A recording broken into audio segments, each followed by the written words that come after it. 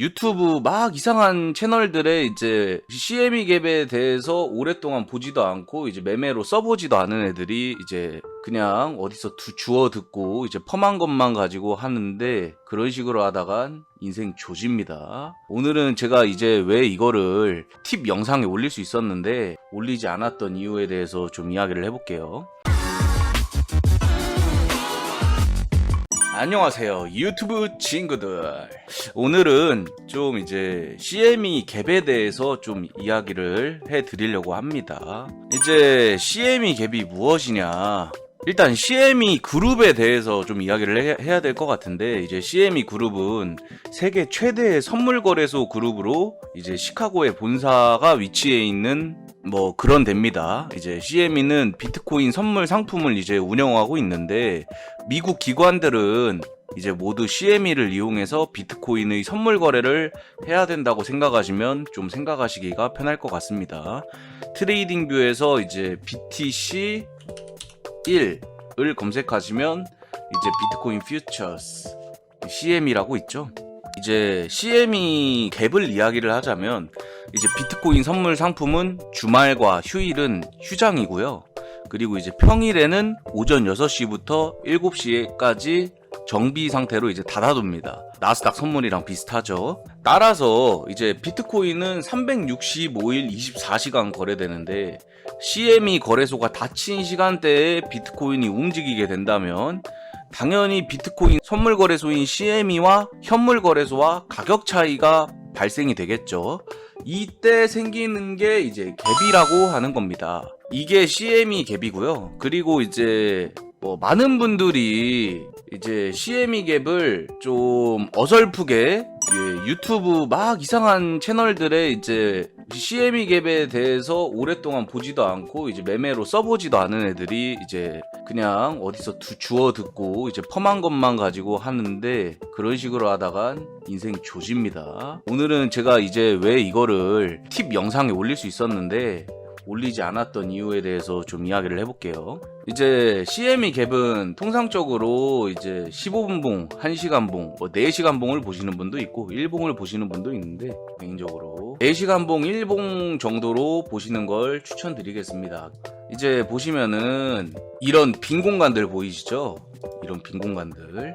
이런 빈 공간들이 이제 CME 갭입니다.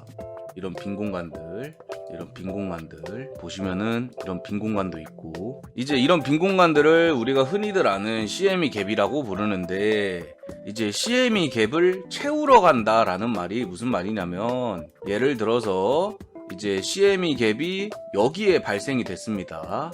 그리고 한참 시간이 흘렀죠. CME 갭이 발생되면서 가격이 상승을 했어요. 이제 그러면 나중에 시간이 흘러서 이 구간까지 가격이 휘기해서 이 빈 공간을 채운다는 말입니다. 반대로 이제 CME 갭이 생기면서 떨어졌어요. 그러면 긴 시간이 흘러서 CME 갭이 생기면서 떨어졌지만, 긴 시간이 흘러서 다시 이 구간까지 비트코인 가격이 휘기해서 갭이 생긴 데까지 가격을 채운다, 이런 말이라고 이제 생각을 하시면 됩니다. 이제 지금 CME 갭이 근데 왜 이제 참고로만 봐야 되냐면, 분명 이거는 오래됐습니다. CME 갭은. 그리고 여태까지 수많은 확률로 채우긴 했어요. CME 갭을. 나중에 이제 채운 건 사실인데, 이제 보다 보면은 채우지 않은 공간도 여전히 존재를 합니다. 뭐 나중에 시간이 존재해 봐야 되겠지만, 일단 9K를 채우지 않았고요. 그리고 이제 한 2군데가 있는 걸로 알고 있는데, 2군데 정도 지금 못 채운 걸로 알고 있습니다. 저는 일단은 이건 너무 근데 오래 전이니까 좀 패스를 하고, 지금은 일단 비트코인 같은 경우에는 이제 35K 이 구간에 CME 갭을 못 채웠죠. 아직 가격이 이 갭이 생기고 난 이후로 여기까지 간 적이 없으니까 뭐 나중에 갈 수도 있지만, 반대로 20K에도 CME 갭이 이 공간에 존재를 하는 걸 보실 수 있습니다. 이것도 물론 채우지 않았죠. 이제 직접 켜서 BTC1 느낌표를 쳐서 직접 보시면, 아, 이게 채우러 간다는 의미가 나중에 시간이 한참 흘러서도 이런 식으로 채우러 갈 수 있구나. 그리고 이제 재미있는 부분은 CME 갭이 여기 생성됐습니다.